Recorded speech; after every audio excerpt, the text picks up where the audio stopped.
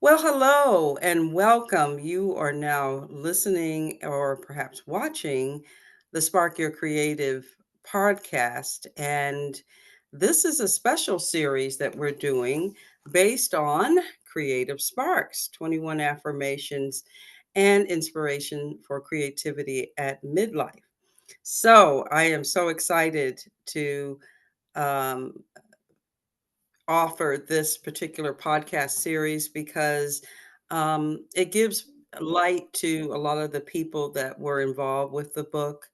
And we are going to be featuring a few of the chapters. So it will give you an opportunity to hear more about what Creative Sparks is about and also some of the wonderful people that were interviewed as part of it.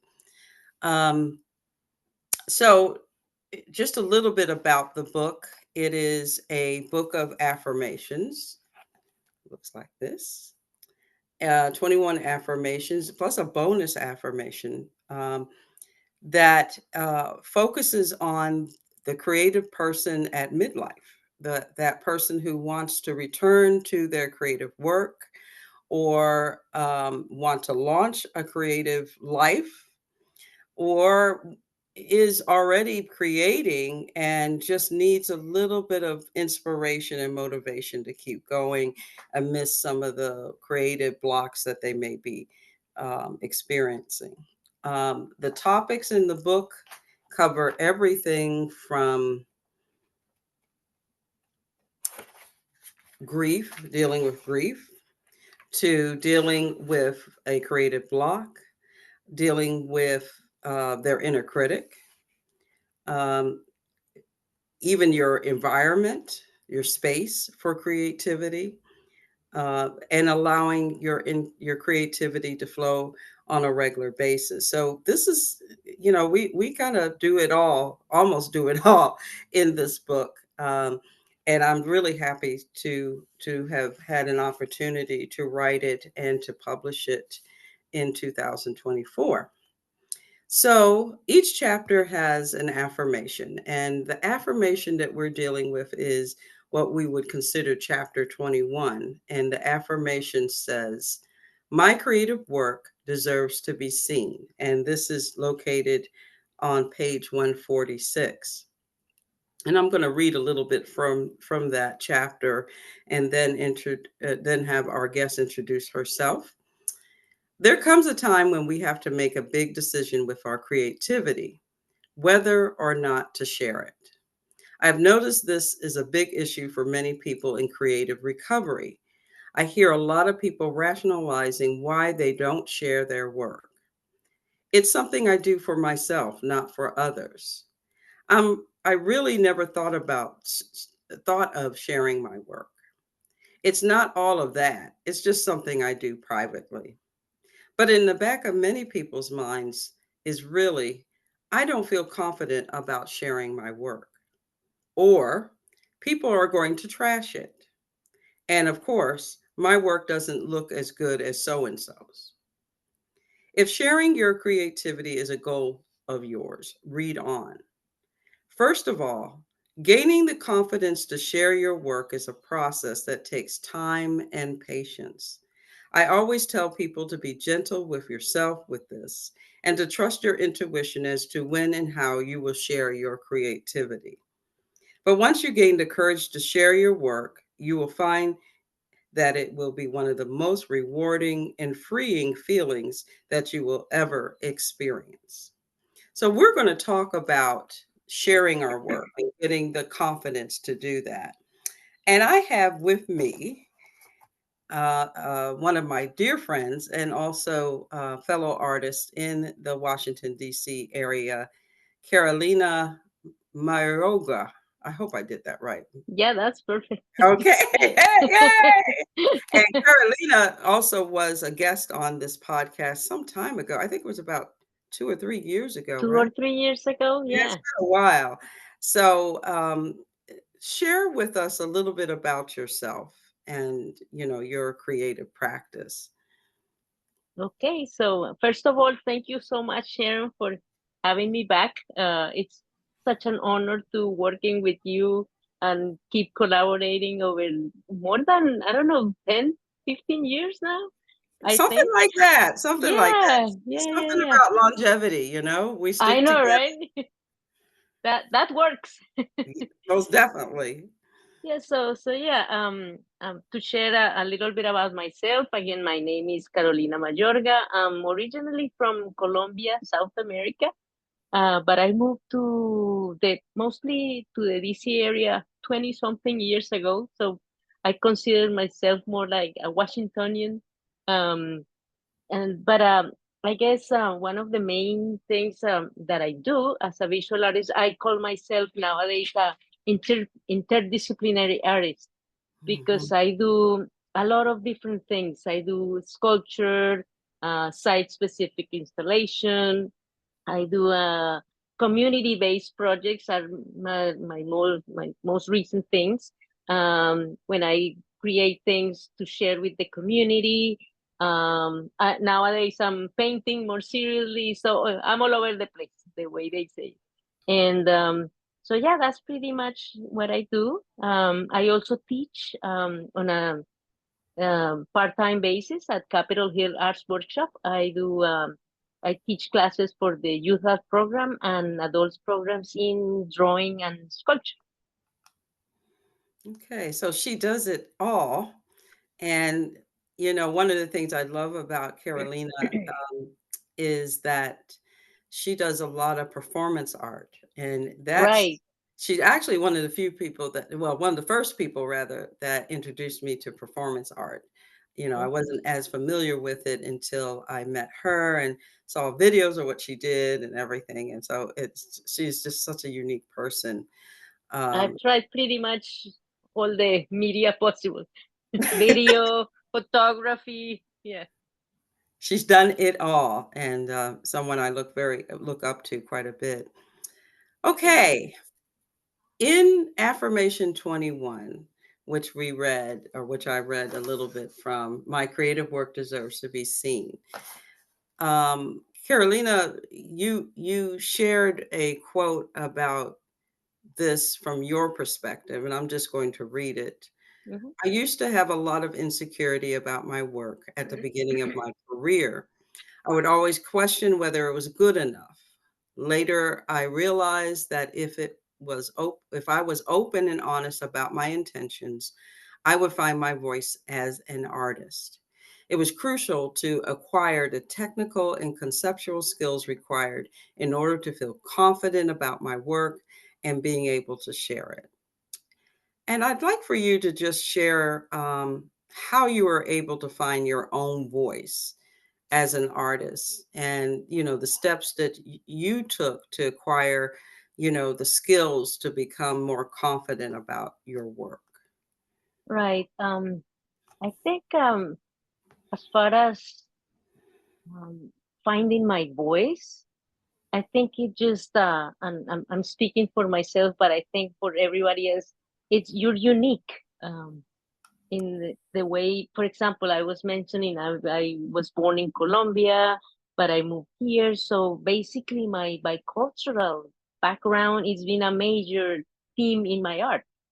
When I first moved to this country, I was a foreigner, and then now I feel like I'm part of here, part from there, from part from here, and that's pretty much what I've been working on for pretty much my whole career. It's been about who I am in terms of my my uh, my my childhood, my life here in the Washington D.C. area, and how that has become the main source of inspiration for my art. And so how I find my voice is looking at myself, looking at my own experience. And eventually that experience becomes the experience. We're not that different. So my experience at some point becomes the experience of other people around me and other people maybe in different countries. The individual at some point becomes universal in a way.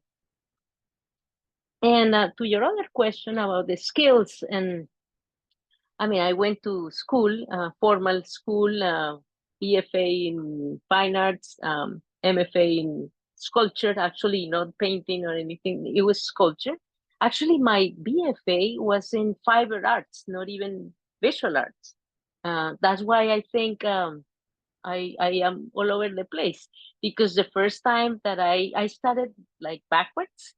Um, Fiber arts doesn't actually involve traditional techniques like, for example, sculpture carving or painting, nothing like that. It's more like, working with the fibers and creating more like installations kind of things, weaving, a lot of that. So that was my first training. And then I did a MFA in sculpture. So it was a mix of different things. So I was casting things in iron and working with this with steel and different things. So I acquired these skills and to incorporate them all into my conceptual um, needs. What do I want to express? What medium?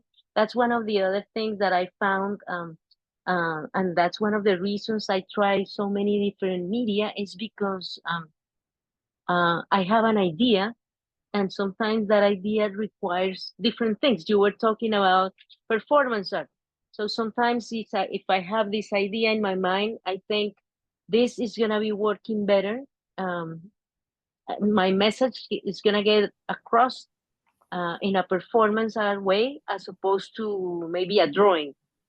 So the idea kind of like dictates the medium, and the skills sometimes I have the skills, sometimes I don't. And that's one of, I don't know if you want me to share this, but you said the confidence to show your work and Yeah. all that, and I uh, sure. But every time you start a new piece, I've been doing, and you and me share this for 20 something years. And you still, when you're in front of that piece of paper, when you're in front of that canvas, when you're in front of the audience, it's always, it's scary. It's Yeah, scary. it And, is. and no matter how many times you do it, so if anybody feels scared or afraid of showing their work or not very confident, it's totally normal because that's how it is. And and now I'm painting for the first time using oil paints. I started this like 6 months ago. I bought a set of oil paints. I Oh, had never tried it. Yeah, and really? never. Oh, that's interesting. I've been doing watercolors, acrylics for many years, but oil paint, I was terrified, Wow, terrified. I was like, I'm not gonna do it. And then I finally bought a little set, and I'm in love with it. and awesome. Awesome. and it's still scary, painting for me is kind of like I said, I was more like a fiber artist, sculpture, 3D. So painting, every time I start a painting, I'm gonna mess up, or maybe what happens if I show this? Yeah, this is not very good. But at the end of the day, when you share your work, uh people, and I also teach, I tell my students, it's not, people are not gonna go to see your work and judge if the line is straight or is crooked or is this or that. They're looking for a message, and Mhm. that's what's most important, I think. I think you mentioned a lot of interesting things. You mentioned your more of your academic background Right. for, which I guess plays quite a bit, but not all with your feeling confident, because I mean, you can have all the skills academic skills, but if you still are afraid, you're not going to do it. Yeah. So, but you also mentioned, which I think is very interesting, is that despite all the different things you're doing, you're still trying something new and you still have I don't know if it's the butterflies or just the uncomfortable feeling of unveiling something new. So it's something that it's sort of, and it's a part of you as an artist. You've been doing this for 20 some years. So it doesn't go away. So for those of you that may be looking, does it go away and all that, there's always some apprehension. rather. And I will say the same thing. I've been actively creating art. Um, hmm, I guess it's probably about 20 years, a little more, little less than 20 years myself. Um, and my first apprehension was I didn't feel I wasn't a good enough artist because I was working with artists with curating art shows and that sort of thing.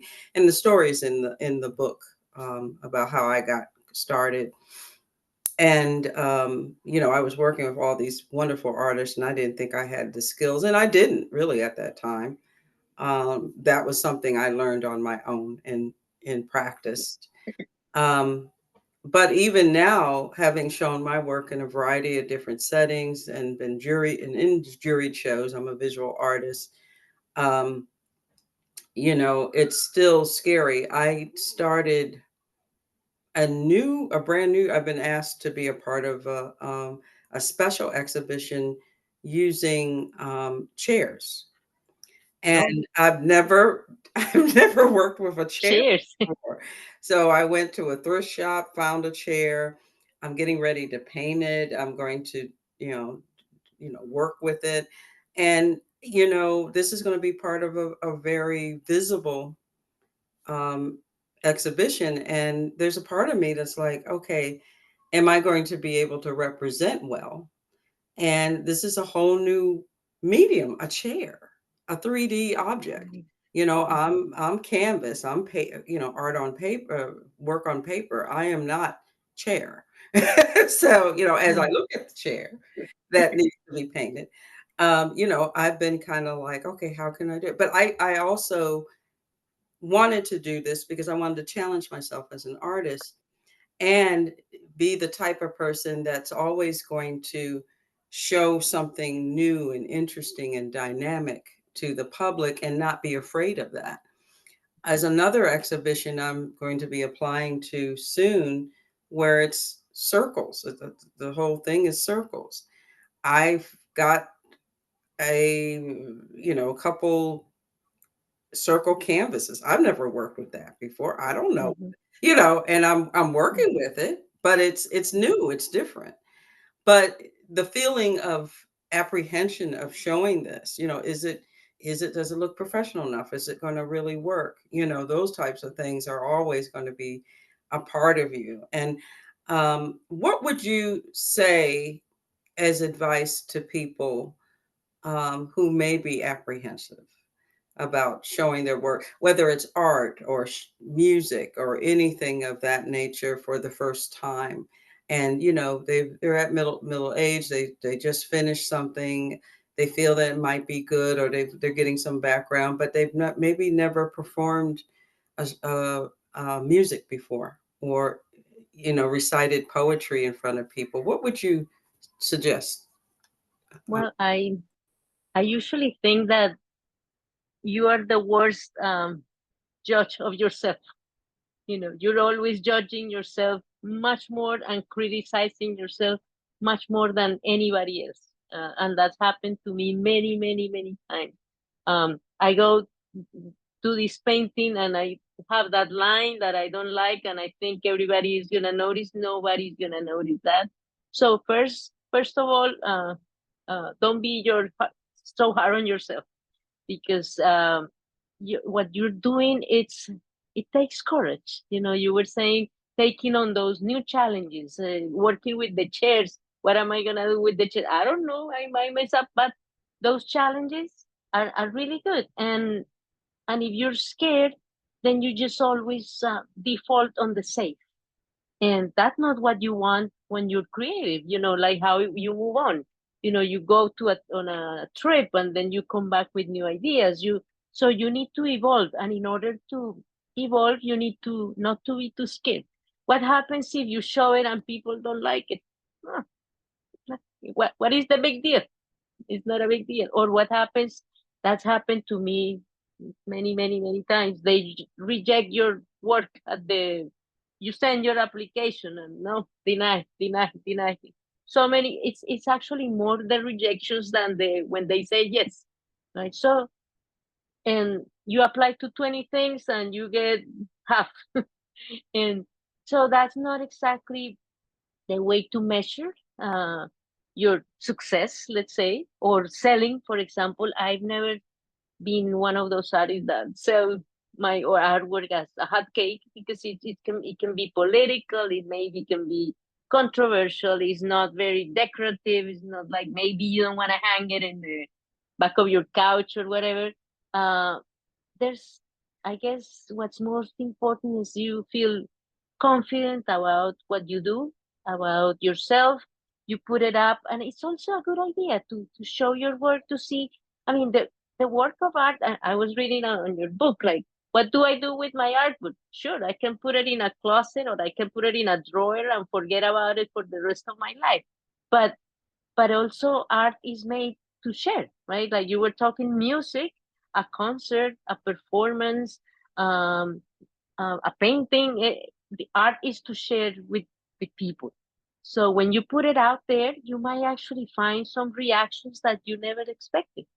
Um, Sometimes I went to an art opening, and I ran into some lady that I hadn't seen in years, and she's like, "Ah, I remember your art, your performance from 2016," and I was like, "Whoa, she remembered my performance." So things like that are more rewarding than I got into this show or I sold my artwork. That, for me, that's more valuable, um, than than many other things that sometimes the artwork tells you that you have to be doing. So don't be so hard on yourself, and don't let the artwork take over. You know, the commercial part of it. Sure, I'll do it if I sell it, great. And we always want to sell something, and at least to be able to buy more art supplies. Um, but if not, it's good for you and it's good for the community. Believe it or not, sometimes you underestimate the power of what you do, and I guess it's important to say, okay, maybe for me it can be like, oh, I just did this, but for somebody else, like, wait a second, you're sharing. I share the same feeling, so or the same experience.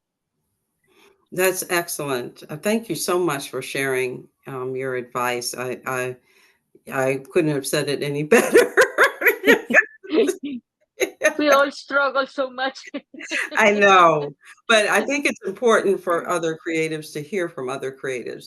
I am an artist, but in this role, I'm a creativity coach. So sometimes that can work for me or against me. But when you hear from another peer, that Right. is, it just shows up differently. I So tell this to my students. I teach adults in Capitol Hill Art Workshop. Most of my students are not artists. They work in Capitol Hill. They're lawyers. They have other lives or retired, and so they don't think that they think that you need to be trained and all that, and or be a perfect artist to show your work. No, it's more about the expression. We have a student show like every 6 months, and I always encourage them, show your work, because people come and see, oh my God, this is great. In regardless of the lines or the perfection or the frame, it's your voice. Again, back to what you want to express through your artwork. absolutely, absolutely. So how can people find out about you and your Well, I mean, social media, but my website is my name and last name, carolinamayorga.com. And my Instagram is CAMAYORGA 1120.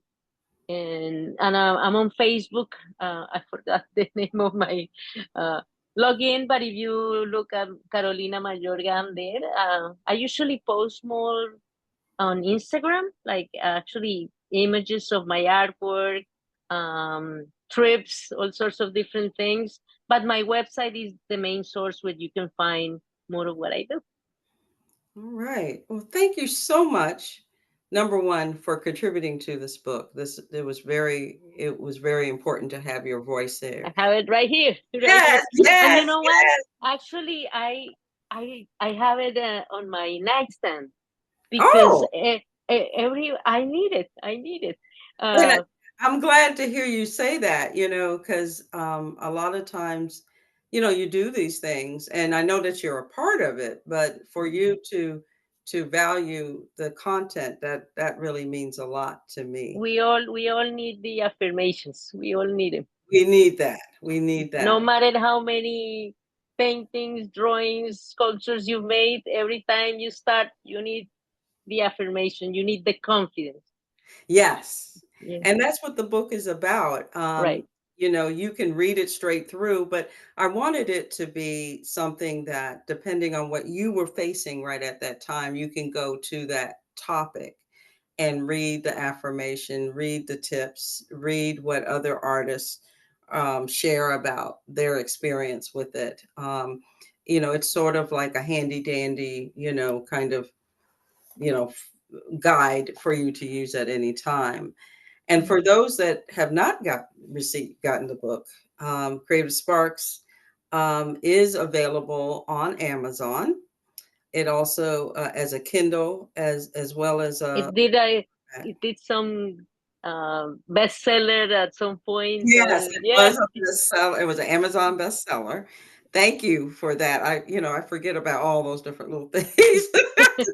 Amazon bestseller. Yeah. Um, you can also learn more about the book at sparkyourcreative.com/book, which is here. I don't know if you can see that or not, but I'll also have the links for Carolina's websites, as well as where you can find out more about the book. I encourage you to get that as a gift for others or for yourself if you are in the category of someone that's trying to launch their creativity at midlife. And also, I am a creativity coach. So if you are interested in maybe getting some one-to-one, feedback about what you're trying to do, feel free to contact me as well at sparkyourcreative.com. Thank you again, Carolina, for being a part of this Thank podcast. you so much, Sharon. Always a pleasure working with you. Most And definitely. thanks everybody. I hope we help you a little. Take the courage and do it. Don't think, just do it. I love it. Don't think, just do it. Thank you Exactly. all and have a wonderful day, and we'll see you at the next episode. Take care.